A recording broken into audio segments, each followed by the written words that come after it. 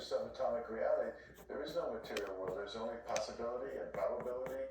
The new findings in physics, if you take them seriously, are just as undermining of the dominant worldview as anything I'm talking about. Baloney. Old-fashioned physics, new-fashioned physics, quantum mechanics, string theory. You gotta have evidence. You have to be able to measure something.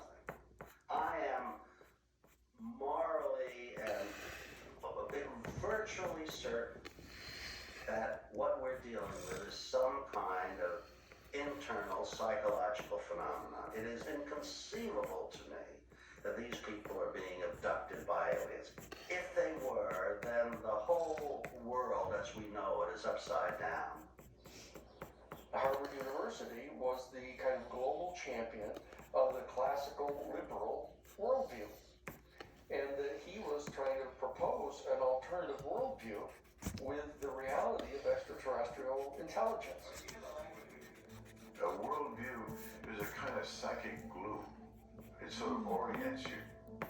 It's what allows people to think they know who they are in the worlds that matter to us, family groups that we're in, institutions, schools. What's possible is a matter of worldview. The culture decides what's real. What's real in this culture is completely different than what's true in other cultures. I really think human egoism in a broader sense is what is at stake.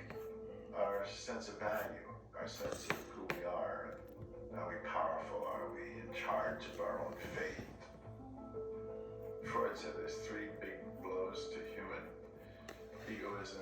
The first was the discovery by Copernicus and Galileo that the Earth was not at the center of the cosmos. The second was Darwin's finding that we're not particularly different from the other animal species. Freud claimed his was a third, that we're not really in charge of our own individual lives. And this, I think, could be a fourth.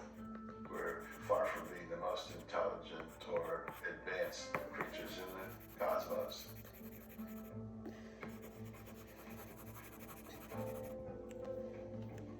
I think that in a broad scheme of things, it's not a socially good thing to do. It promotes the cult of mysticism and magic and superstition, you know, the X-File kind of mentality.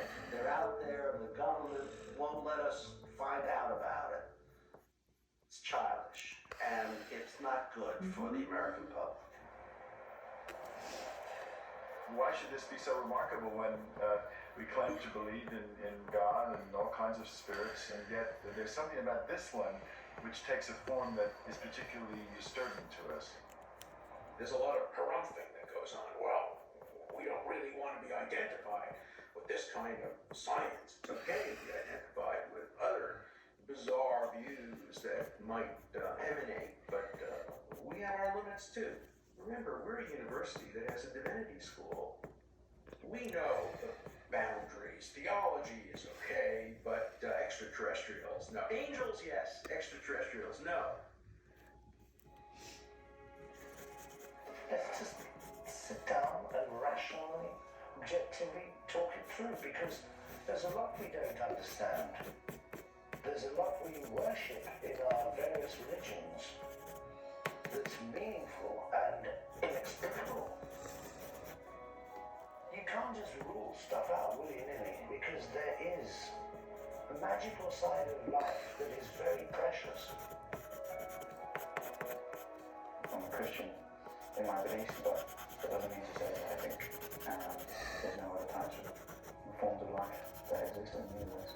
There is a God, but there's also other things around that can't be explained, you know. It's another creature. They teach you there's no such thing as aliens because, God created just human beings. That's what I was taught to. That's what I grew up thinking. The universe is so big, so I can't completely say it's fact that there's no such thing as life outside of Earth's solar system. The universe is a beautiful, strange place, and we're just human beings, and we can't know everything. Maybe we don't have the capacity to understand. We maybe just explore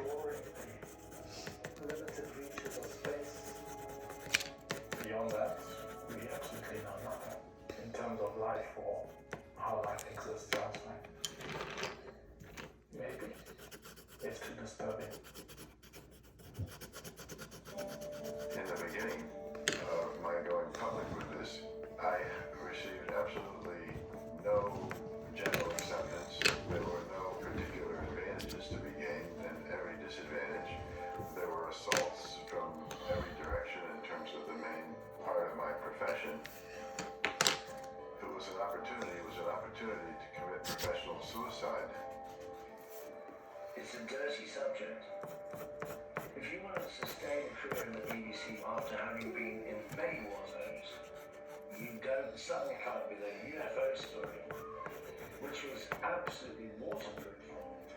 Then they just said, no, Tim's suffering from the stress and strains of all the war zones he's done, he's lost the plot, he's gone bonkers. And I think that's when my career with the BBC ended. I think I lost my credibility because you don't talk about these things.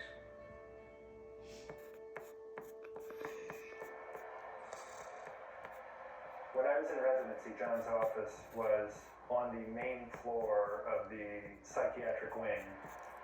When I came back in 2004, his office was off-site, and I actually took that as a sort of metaphor for him being pushed out and extruded in a certain sense.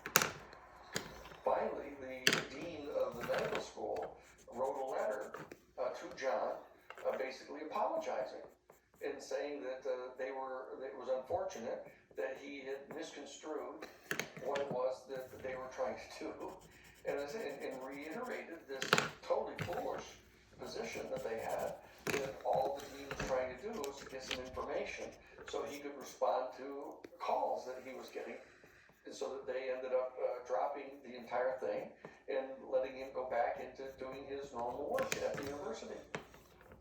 I accept Dr. Mack's statements at face value. He is inquiring and probing, and he has the right to be wrong. The most fundamental right that any academic has is the right to be wrong. Prove that he's wrong. That's the job of other academics.